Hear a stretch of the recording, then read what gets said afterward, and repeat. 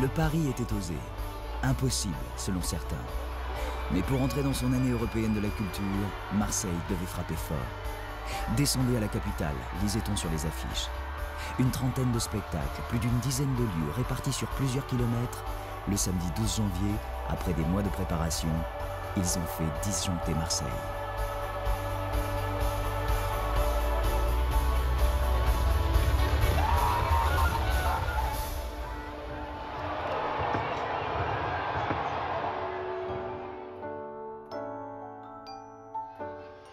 Depuis plusieurs mois, c'est au cœur du quartier de la Joliette que les organisateurs de la fête d'ouverture travaillent entre eux et avec une certaine tension.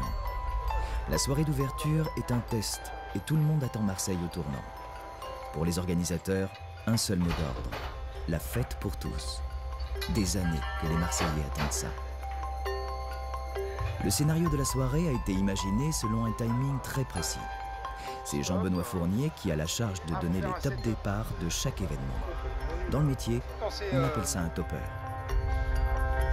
T'es parti, Jeff? Merde. Dis-moi, 3, 2, 1, start. Ouais, ça n'a pas marché. Samedi soir, une bonne partie de l'organisation reposera sur ses épaules. Il n'y a pas d'unité de lieu, puisque la fête est sur l'ensemble de la ville. Ça, c'est un parti pris de la mise en scène. Donc pour nous, en technique, ce qui est compliqué, notamment au topage, c'est qu'en général, on a une vision sur l'action, sur les actions qu'on donne, on va voir concrètement ce qui se passe. Là, on est dans un PC, voilà, on ne voit rien. Donc je vais donner les tops, mais je ne sais pas si ça marche. Ça se trouve, je donne le top, il n'y a rien qui se passe. J'ai vu avec eux, là. À 18h55, il y a une vague des sons de ville, c'est-à-dire qu'il y a toutes les cornes de brume des ferries, les églises qui vont sonner, ce qui va faire une vague sonore. Ensuite, il y a la grande clameur du public à 19h pile. À 19h04, la clameur se termine. Ensuite, il y a un blackout. Donc là, vous allez voir tous les lieux s'éteindre en même temps. Donc ça, c'est assez impressionnant. Et ensuite, il y a la vague lumière qui se met en place. À J-1, Jean-Benoît Fournier, le topper, ne doit rien laisser au hasard. Demain, il devra donner plus d'une trentaine de tops en moins d'un quart d'heure. Chaque top sera donné par talkie-walkie à un régisseur qui, sur place, lancera son événement. On est à la seconde près, même si la perception, c'est vrai qu'on n'est pas comme dans un show où c'est à la seconde près, voilà, mais on essaie d'être à la seconde près parce que au moins s'il y a des images d'un peu partout, et puis pour les gens, le blackout, voilà, on va essayer que tous les monuments de la ville, il y a 165 bâtiments qui vont s'éteindre en même temps, et on a aussi des bâtiments sur lesquels on a la main, on va éteindre en même temps, donc ça donnera cette impression, la clameur, et puis à un moment c'est tellement fort qu'on fait disjoncter la ville. Et tout ça, même si personne va vraiment en avoir conscience, tout ça doit jouer en même temps. Donc pour que ça joue en même temps, il faut qu'il y ait une sorte de chef d'orchestre qui donne les tops par rapport à un horaire et à un scénario qui est décrit par la mise en scène. Donc voilà ce que je vais faire demain. C'est le grand jour. Marseille a de la chance, le vent est tombé et pas de pluie prévue. Plus que quelques heures et la ville lancera son année culturelle. Dans toutes les têtes, une seule obsession, que la fête soit réussie. Il est 11h. Au QG de l'organisation, après des mois de travail, c'est la dernière ligne droite. Pendant qu'à l'extérieur, des volontaires préparent les sacs repas de l'ensemble des participants, à l'intérieur, après une nuit de travail, Jean-Benoît Fournier répète sa partition. À quelques heures de son premier top, il faut détecter la moindre faille. Toujours comme ça, c'est plein de petits détails qu'il faut... c'est plein de détails, et c'est plein aussi de choses dont les gens sont pas au courant parce que les équipes montent en puissance. Donc au début, il y a des gens qui structurent l'histoire. Bon, comme moi, ça fait 4-5 mois que je suis dessus. On a les trucs. Après, c'est la transmission d'infos. Et les modifs. Et les rumeurs. Au QG, c'est l'effervescence autour de Jean-Benoît Fournier. Dans quelques instants, chacun partira sur le terrain avec une mission, être à l'écoute de ses tops. Soyez bien à l'écoute, je vous redis. À partir de 18h55, temps fort, 15 minutes et ensuite chaque heure. 19h05, il y a un blackout. C'est-à-dire que la ville se met entre guillemets dans le noir parce qu'on garde l'éclairage public. Vous intervenez juste après ça. En fait, vous êtes dans les premiers à vous rallumer après. Ok. Donc c'est ça en fait, votre premier top, c'est un top d'allumage. Vous faites mémoire play, blackout.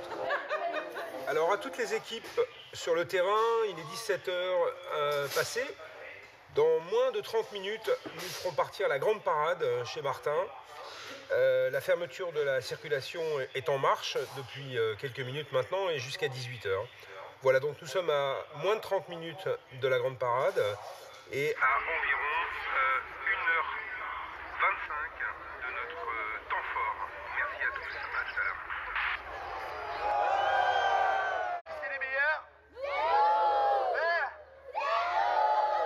Appel général à toutes les équipes sur le terrain dans 7 minutes, la grande parade, et nous aurons l'illumination de la grande roue et les machines avec les cornes de brume, les bateaux, les bourdons et les églises. À 19 h, nous aurons les 28 points de grande clameur.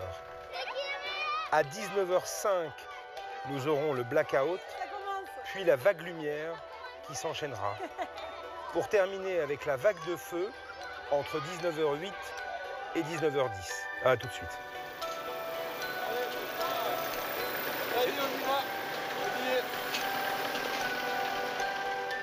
5, 4, 3, 2, 1. Bon courage à tous, départ parade. Le soleil vient de disparaître derrière l'horizon. Les 10 véhicules de la Parade des Lumières s'élancent au milieu de la foule. La soirée d'ouverture dévoile enfin au public son premier tableau. Après 1 heure de déambulation, la Parade des Lumières arrive au pied de la grande roue. 3, 2, 1, top, illumination grande roue. Le signal est donné. C'est l'heure de faire disjoncter la ville.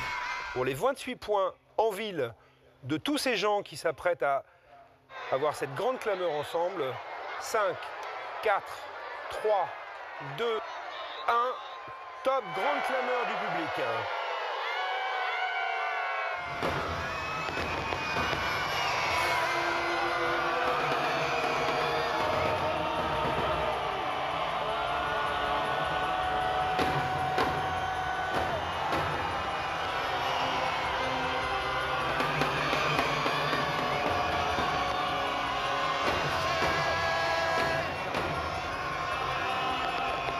Attention pour le blackout. 3, 2, 1. Top blackout.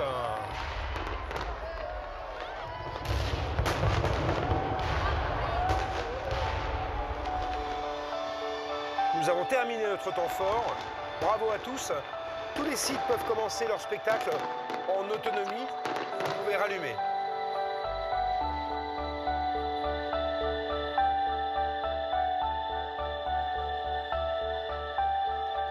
Ce soir-là, les anges veillaient sur Marseille. Avec beaucoup de générosité, chacun des participants a contribué à donner une autre image de sa ville. Le samedi 12 janvier 2013, la soirée d'ouverture de l'année culturelle a rassemblé plus de 400 000 personnes, du jamais vu depuis la Libération. Il y avait la légende de la sardine qui a bouché le Vieux-Port. Maintenant, il y aura la légende de ceux qui, un soir de janvier, ont fait disjoncter Marseille.